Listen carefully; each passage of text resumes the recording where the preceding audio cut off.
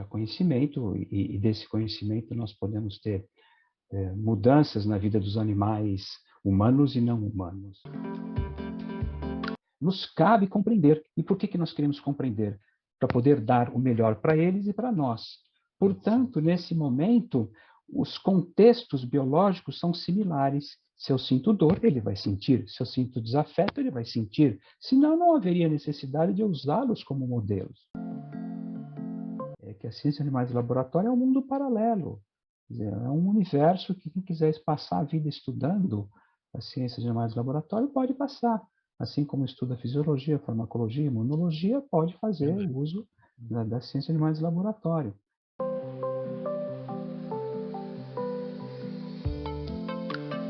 Boa tarde, gente. Eu sou o Gabriel Oliveira.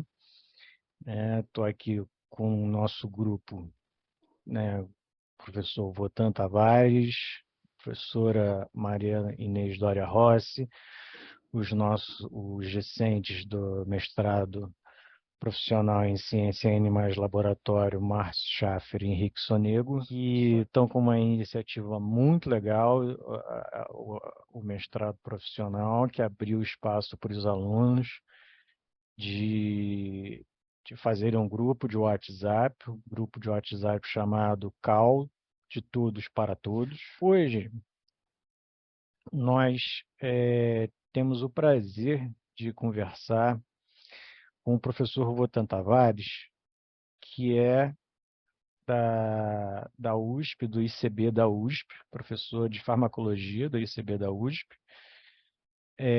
Porém, né, durante o seu caminho profissional, né, de graduação, veio se aproximando da ciência de animais de laboratório com uma visão muito interessante que a gente queria conversar hoje, né, que eu acho muito válida ser colocada. A percepção, né, do ser humano em relação ao animal. Professor Wotan, a palavra é sua. Boa tarde, Gabriel, boa tarde, Maria Inês, Márcio, Henrique. Eu inicialmente quero agradecer bastante a oportunidade, é uma experiência pioneira na minha vida esse tipo de encontro, então acho que eu vou aprender bastante uma forma diferente de discutir. Eu, como você falou, sou docente do Departamento de Farmacologia do ICB, participei por uma série de motivos, acabei entrando na comissão de ética do Instituto já há muitos anos passados, e a partir de uma situação onde eu era o suplente da comissão, por uma série de motivos eu acabei indo sendo membro efetivo, e aí fui gradativamente passando de membro para a coordenadoria, e durante um tempo eu fiquei na coordenadoria do Instituto, da comissão do Instituto. O que me chama muito a atenção é que eu sou biólogo de formação e me formei em 1980 na Unicamp, e a minha ida para a comissão de ética foi ao acaso, não havia nada assim, preparado, tanto que eu fui como membro suplente. E em função de eu ter que participar das reuniões, porque o membro titular ele estava envolvido com outras tantas reuniões, então, uma coincidência mesmo. Foram 2 ou 3 reuniões seguidas que ele não pôde ir, e aí chegou-se à conclusão que deveríamos trocar. Ele passou a ser suplente e eu passei a ser o titular. E eu me encantei. Simplesmente comecei a perceber que aquele universo era um universo que me chamava muito a atenção. Muita ideia que, puxa, da percepção que a gente deveria ter com o uso dos animais, né, na experimentação científica. E a partir daí eu comecei a estudar. Eu insisto, né, em dizer que eu não tenho nenhuma formação nem em ciência de animais de laboratório, eu não tenho formação veterinária, muito embora tenha bons amigos na veterinária, onde foi lá que eu comecei o meu estágio logo depois que eu me formei.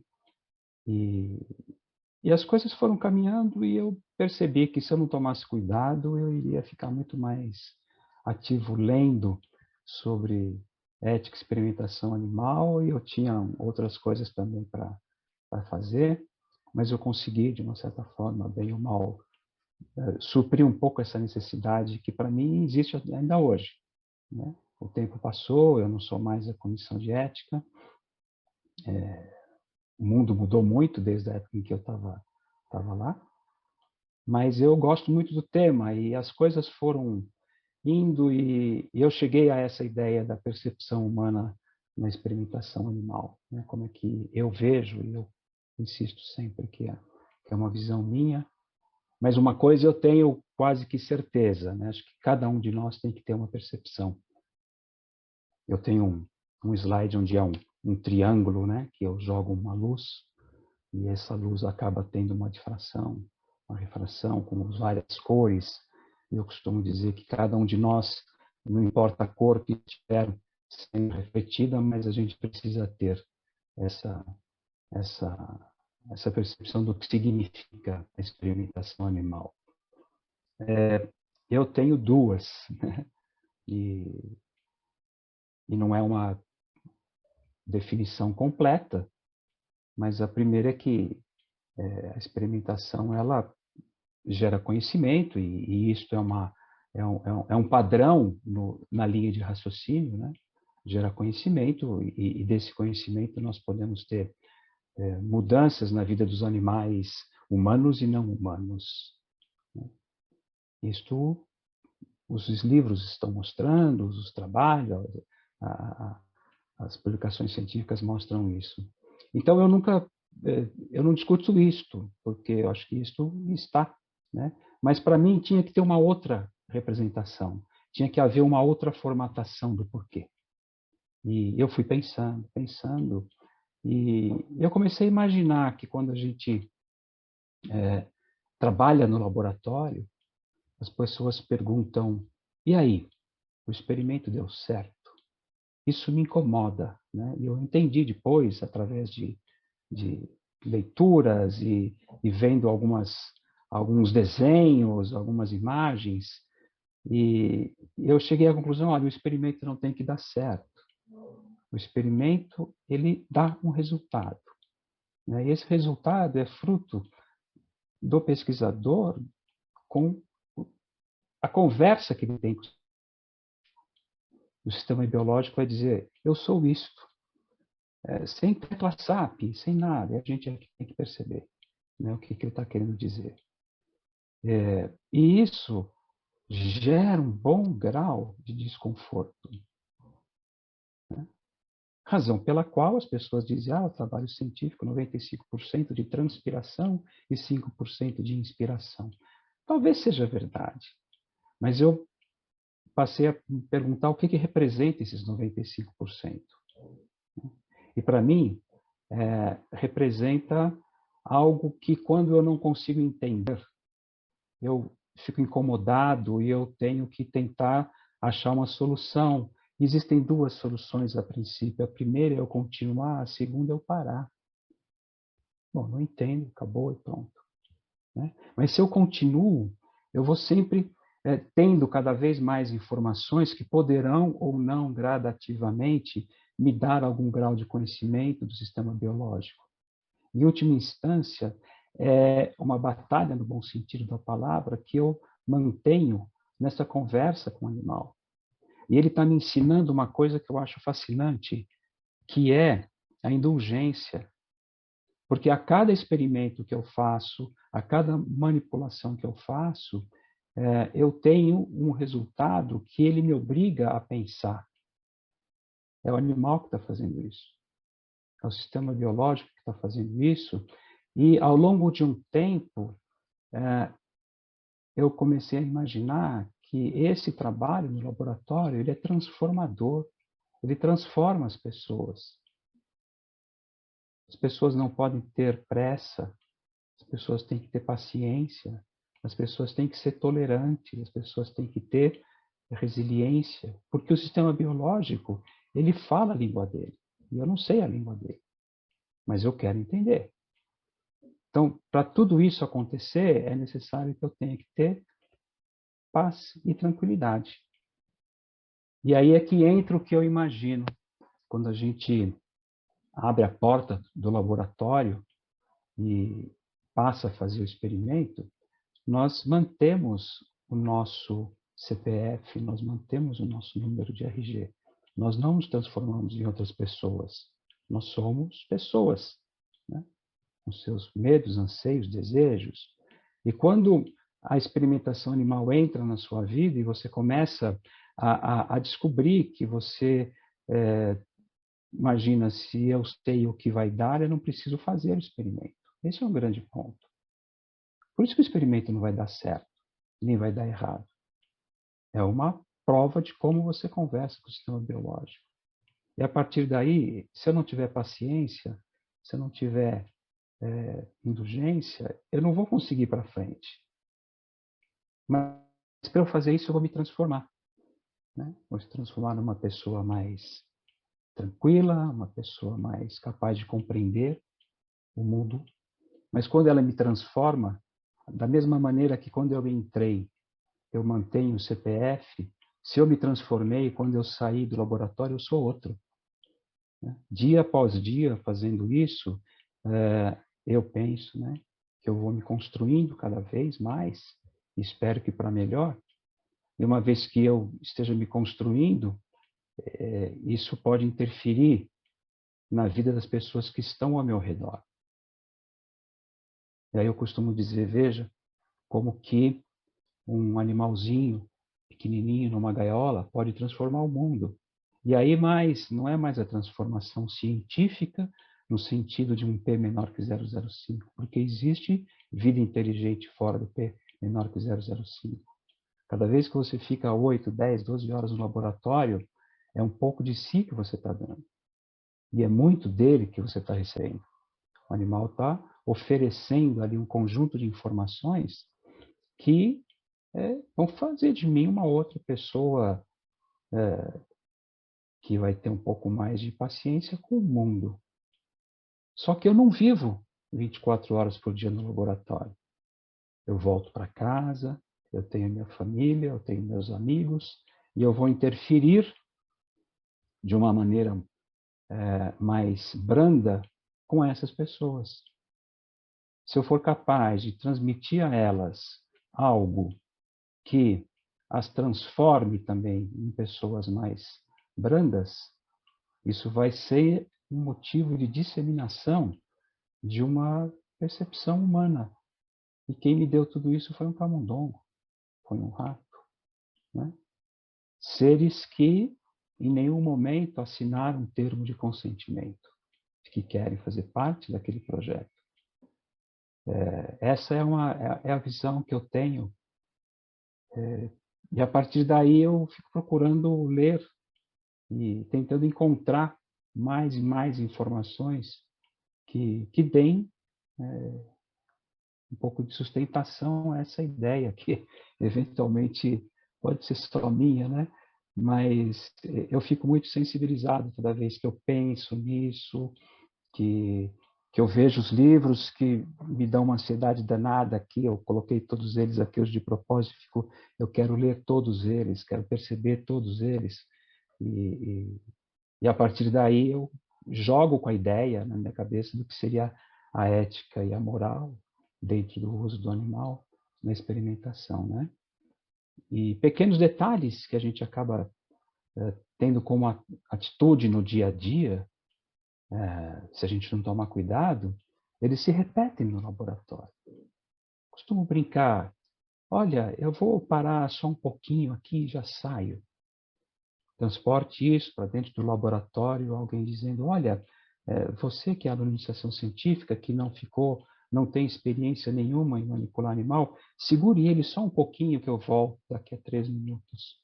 Quer dizer, são o dia a dia que a gente tem, muitas vezes, se não tomarmos cuidado, ele pode ser transportado para o laboratório. Né? Então, acho que isso não tem um valor a não ser aquele de dizer, olha, aquele que está naquela gaiola, ele não queria estar ali para fazer aquilo. Então, quanto mais eu puder extrair conhecimento dele, melhor. Mas o conhecimento, ele associado com a percepção humana, eu acho que ela facilita muito mais a compreensão do mundo, desde que a gente esteja disponível para isso. Então, é isso que eu penso. Acho que a experimentação animal ela é capaz de transformar a minha vida. A gente passa a ter uma relação com o ambiente, uma relação do tipo eu-tu e não uma relação eu-isso. E é isso que eu costumo pensar, basicamente. Eu tenho a impressão que quando a gente começa a trabalhar com a experimentação animal, a gente tem uma visão. E essa visão ela vai se transformando com o tempo. Essa sua mudança, vamos dizer, essa sua percepção, ela começou a se desenvolver em que momento? Como é que foi esse gatilho? Vamos lá, falando de da farmacologia. Olha, essa sua questão ela é muito interessante, né? Porque ela me faz voltar aos anos 1978, mais ou menos, 79. Durante o curso de biologia, eu tive uma disciplina chamada Psicologia Educacional da Adolescência. Tínhamos nessa época um professor que era adorável, né? Gostávamos demais dele e eu conversava muito com ele. Um dia ele disse para mim: olha, você vai ser biólogo, mas a energia que você vai gastar para ser biólogo, ela é maior do que a energia que você gastaria se você tivesse uma atividade mais voltada às ciências humanas. Eu confesso que naquela época eu não entendi absolutamente nada disso, né? Bom, e o tempo passou e, por uma coincidência, como eu disse, eu acabei indo para a comissão de ética. Por uma coincidência, eu acabei indo várias vezes à reunião. Por uma coincidência, eu comecei a perceber que em um determinado momento da sociedade havia uma movimentação, né, para a formalização da lei. Por coincidência, eu também estava envolvido com a comissão de ética e aquilo me fez participar um pouco mais disso. Eu comecei a estudar e descobri algo que me fascinava, que era essa relação humana, né? Eu lembrei do meu professor e falei, puxa vida, eu cheguei até a ligar para ele, depois de alguns anos, para dizer isso. E eu percebia que eu não tinha conhecimento, informação nenhuma para ciências de animais de laboratório no âmbito mais da ciência mesmo, né? Mas o que me chamava a atenção era essa ideia, por que que eu uso, né? Onde eu vou usar, como que eu vou usar, qual é a percepção que eu tenho, qual é a percepção que as demais pessoas têm. E eu costumava dizer, olha, eu não venho aqui perguntar se nós devemos utilizar os animais, porque nós estamos dentro de um contexto de ciências biológicas que se utiliza. Então, fazer essa pergunta, a probabilidade que eu tenho de ouvir sim, devemos, ela é muito grande. Então, isso seria um dito desconexo, né? Agora, por que que eu uso? Essa era a grande questão. Por que que eu uso? E por conta disso, por não achar que fosse razoável uma resposta, porque é a única forma que a gente tem de estudar, né? Eu passei a querer encontrar uma outra maneira de, de ter essa consistência no pensamento. E eu continuo procurando, né? Continuo procurando. Então, de fato, Maria Inês, esse disparo, esse gatilho, ele não foi programado, mas talvez estivesse programado já há algum tempo e eu só consegui enxergá-lo diante dos fatos da vida.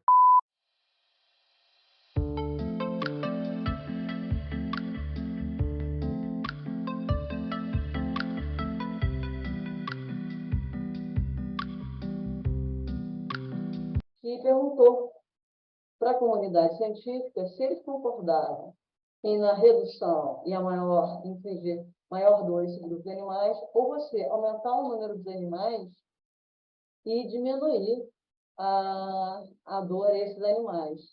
O resultado é mais ou menos 60% em aumentar o número dos animais e reduzir a dor, né? Ou seja, a gente foca no refinamento e menos na redução.